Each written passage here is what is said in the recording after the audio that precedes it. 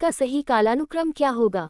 1 Robert Clive, 2 Vansittart, 3 Warren Hastings, 4 Cartier. Option A 1 2 3 4, option B 1 2 4 3, option C 2 1 3 4, option D 3 2 1 4।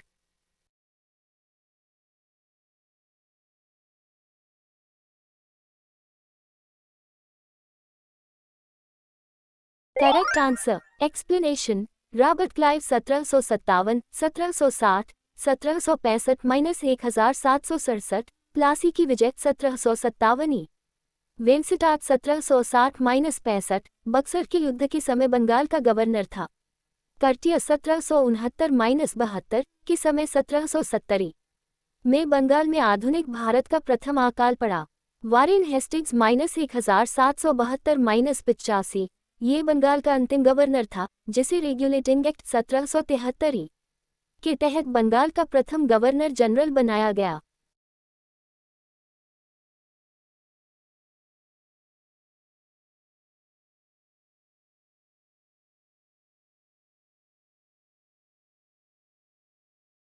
Bharat में east India company की सफलता का राज था। Option ए, भारत में राष्ट्रीय भावना की कमी। ऑप्शन बी, कंपनी की सेना को पश्चिमी प्रशिक्षण मिला था तथा उनके पास आधुनिक हथियार थे। ऑप्शन सी, भारतीय सैनिकों में राष्ट्रीय भावना का अभाव। ऑप्शन डी, उपर्युक्त तीनों।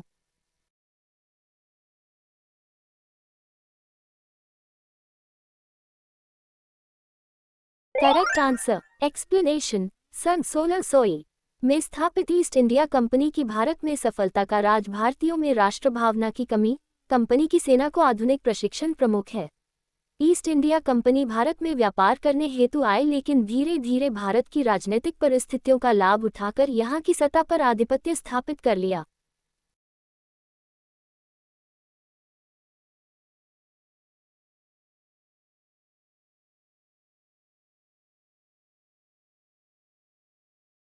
भारत में निम्न वायसरायों में से किसके काल में Indian penal code, civil procedure code और क्रिमिनल प्रोसीजर कोड पारित किए गए?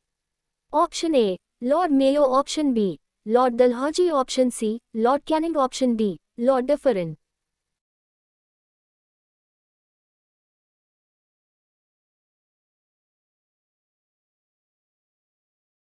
Correct answer. एक्सप्लेनेशन। भारत में कंपनी द्वारा नियुक्त अंतिम गवर्नर जनरल तथा ब्रिटिश सम्राट के अधीन नियुक्त प्रथम वायसराय लॉर्ड कैनिंग 1856-1862 के कार्यकाल में न्यायिक सुधारों के अंतर्गत इंडियन पेनल कोड, भारतीय दंड संहिता, सिविल प्रोसीजर कोड, दीवानी प्रक्रिया संहिता, क्रिमिनल प्रोसीजर कोड, दंड प्रक्रिया संहिता पारित किए गए। इसी समय पारित इंडियन हाई कोर्ट एक्ट के द्वारा बम्बई, कलकत्ता, मद्रास में एक उच्च न्यायालयों की स्थापना की गई।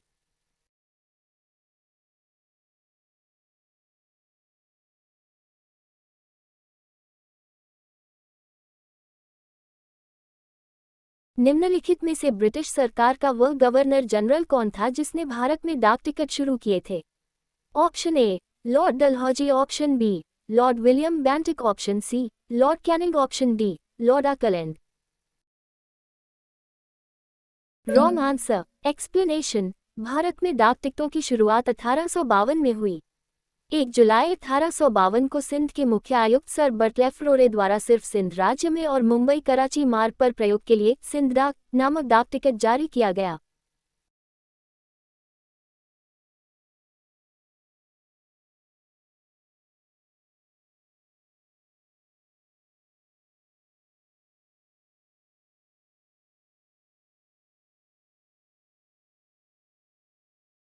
सती प्रथा का अंत करने तथा ठगी को समाप्त करने का श्रेय किसको जाता है? Option A, lord Dalhousie. Option B, lord William Bentinck. Option C, lord Auckland. Option D, lord Canning.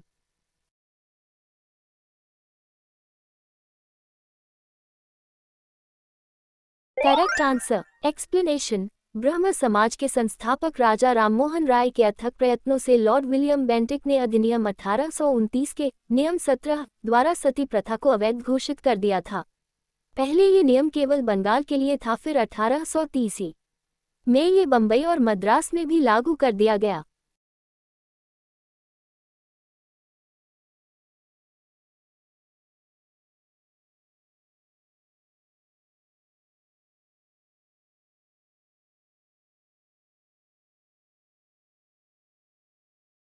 निम्नलिखित में से अवध के स्वायत्त राज्य का संस्थापक कौन थे?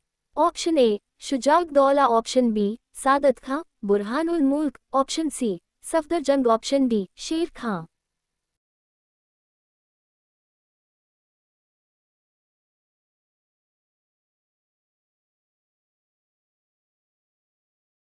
Correct answer explanation Saadat Khan Burhanul Mulk 1722 1739 1782 में अवध की स्वायत्त राज्य के रूप में स्थापना की। उसे मुगल बादशाह मुहम्मद शाह द्वारा गवर्नर नियुक्त किया गया था।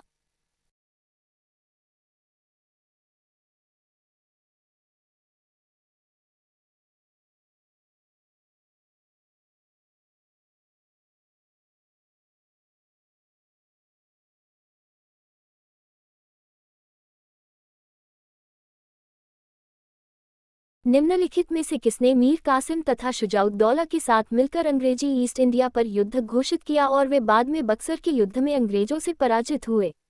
Option A Jahandar Shah, option B Farrukhsiyar, option C Muhammad Shah, option D Shah Alam II।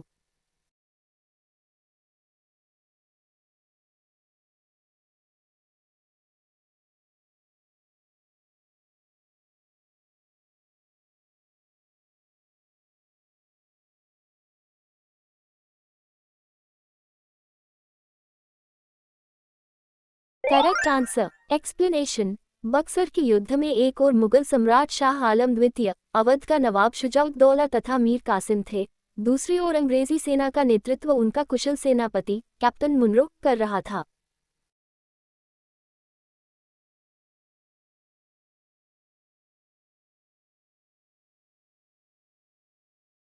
East India company और बंगाल के नवाब के बीच जब प्लासी का युद्ध हुआ उस समय मुगल सम्राट कौन था? Option A Ahmad Shah, option B Azizuddin Alamgir अल, option C Muhammad Shah, option D Shah Alam अल।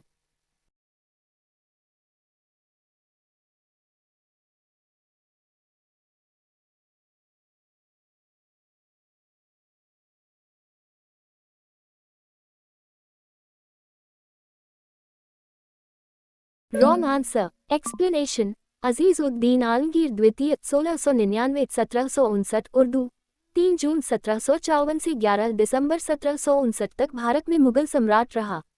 ये जहांदार शाह का पुत्र था।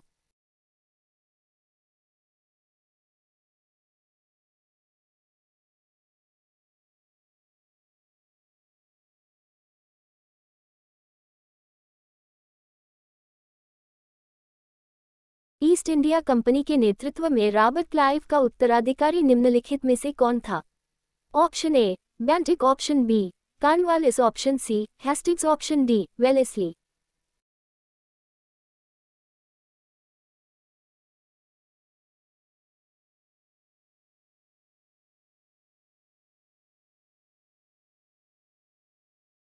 Wrong answer explanation Warren Hastings 6 दिसंबर 1732 22 अगस्त 1818 एक अंग्रेज राजनीतिज्ञ था जो फोर्ट विलियम प्रेसिडेंसी बंगाल का प्रथम गवर्नर तथा बंगाल की सुप्रीम काउंसिल का अध्यक्ष था और इस तरह 1773 से 1785 तक वह भारत का प्रथम वास्तविक डी फैक्टो गवर्नर जनरल रहा।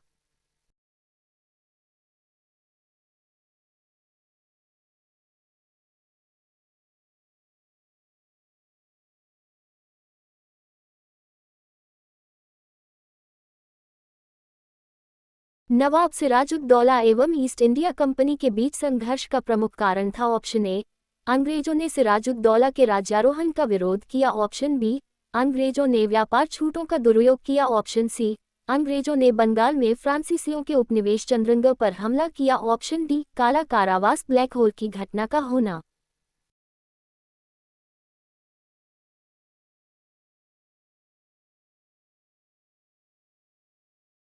रॉन्ग आंसर एक्सप्लेनेशन मुगल सम्राट के द्वारा अंग्रेजों को निःशुल्क सामुद्रिक व्यापार करने की छूट मिली थी, लेकिन अंग्रेजों ने इसका दुरुपयोग करना शुरू किया।